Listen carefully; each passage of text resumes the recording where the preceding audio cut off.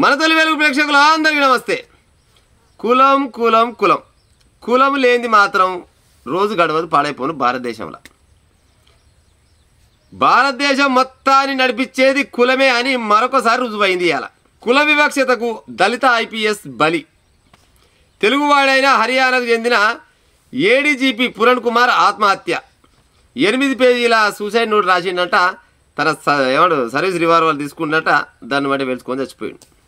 8 పేజీల లేఖ రాసి పెట్టినట. ప్రతి క్షణము తనని కులంతోటే వేధిస్తూ సత్యాంత వరకు తీసుకొచ్చిరంట. అక్కడ ఉన్న నాయకులు కాదు, ఏమంటారు, ఆఫీసర్లు కావచ్చు, నాయకులు కావచ్చు, ఎవరైనా రిటైర్ అయిన వాళ్ళు కూడా ఎంతసేపటికి నీది ఏం కులం, నువ్వు తక్కువ కులం అని ఆయన్ని పొడిచి సచ్చిన దాకా తీసుకొచ్చారు. ముచ్చట చూడరు కథ. వస్తున్నా చచ్చిపోయినాక కులం అనేది ఎవరికైనా కానీ కులం అంటే అదొక గుర్తింపు కోసం మనం చేసే వృత్తిని ప్రకారంగా వచ్చిందని చెప్పారు. గట్టిన పోతుంది, ముచ్చట అయిపోయి. ఇప్పుడు ఆయన ఐపీఎస్ఏనాయే, మీరు ఐపీఎస్లేనాయే, వాళ్ళకెంత జీతమో మీకు గంత జీతమాయే. ఆయన కాడ కులాల పేరు చెప్పుకుంటేందుకు సిగ్గి శరం అనిపిస్తే లేకుండా వస్తున్నా. చదువుకొని కూడా ఇంకా కులాల పేరుతోటి చస్తున్నారంటే మీరు మనుషులనాలనా గాడుదలనాలా నాకు అర్థం కాదు. ఇక గతంలోనే ఈయన 2 సార్లు నన్ను కులంతో దూషిస్తున్నారని కేసు పెట్టిరట. ఏది కంప్లైంట్ ఇచ్చిండట. అయినా కానీ పట్టించుకోలేదట. ఈ మధ్య కాలంలో ఒక వైన్స్ దందలు ఇరికిచ్చి అదేదో కేసు చేసినట్ట. కేసు చేసి సంబంధం లేకున్నా కానీ 2.5 లక్షల రూపాయలు తీసుకుండానే సంబంధం లేని కేసులో కూడా ఈయన పేరు రాపిచ్చిరట. రాపిస్తే ఇక ఏం చేయాలి చూస్తారకే వాళ్ళంతా పెద్ద కులం వాళ్ళంట, ఈయనేమో తక్కువ కులం వాడంట.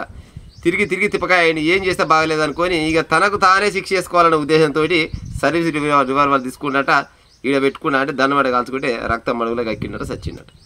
బీటే చూసిందట. బీటే చూసి మా ఏమైంది మొత్తం రక్తం అయింది అలాగే చెప్పేసరికలా మిగతా వాళ్ళందరూ చూస్తారకలా ఎప్పుడో విడిచిపోయిందట. కారణం ఏంది? 8 పేజీల కమ్మలు రాసినట్ట. 8 కమ్మలను రాసి పెట్టినట్ట. ఈయన ఎందుకు చస్తుండు, ఏం కథ, ఎవరెవరు వేధించిన వాళ్ళ పేర్లు చెప్పలే. ఎందుకంటే వాళ్ళు పోలీసులు కదా, వాళ్ళ పేర్లు ఇంకా రాలేదు. రేపటి వస్తాయేమో కానీ మమ్మ కానీ కులం అనేది కానీ మతం అనేది కానీ ఏదైనా కానీ అది ఉన్నంతనే ఉండాలి. కానీ మరీ ఎక్కువ పట్టుకొని పీకిలాడితే గిట్నే అవుతుంది. మీరైనా ఎవరైనా కానీ పలానా కులం అయినా సచ్చిందనుకో, సస్తప్పుడు నీ ఎంబడి ఏమైనా కులం వస్తుందా? ఏమి రాదు. నువ్వు చేసిపోయినా మంచిగా వస్తుంది. గిసోండి ముచ్చట నాలాంటి వాళ్ళు కాదు, ఎంతరో మంది మేధావులు చెప్పి అలసిపోయారు. కానీ కులాలను మాత్రం విడిచిపెట్టేది మాత్రం లేదు. మన అందశ్రీ సార్ చెప్పిండు, కులమే వద్దని నాడు 1000 తలలు నేలకు తెగిపడ్డాయంట. కులం వద్దని 1000 తలలు ఆయన నేలకు తెగిపడితే ఇవాళ కులమే కావాలని లక్షల తలలు కుదోబడుతున్నాయంట. ఎంత గొప్పగా చెప్పిండు. నిజంగా భారతదేశాన్ని మొత్తం పాలించేది ఏంటంటే ఒక కులమే. ఈ కులం అనేది ఎన్నడబోతుందో గాయాల భారతదేశం బాగుపడుతుంది. ఐపీఎస్ అధికారులకే రక్షణ లేకుంటే సాధారణ పబ్లిక్ పరిస్థితి ఏం కావాలి ఇక చెప్పురిగా.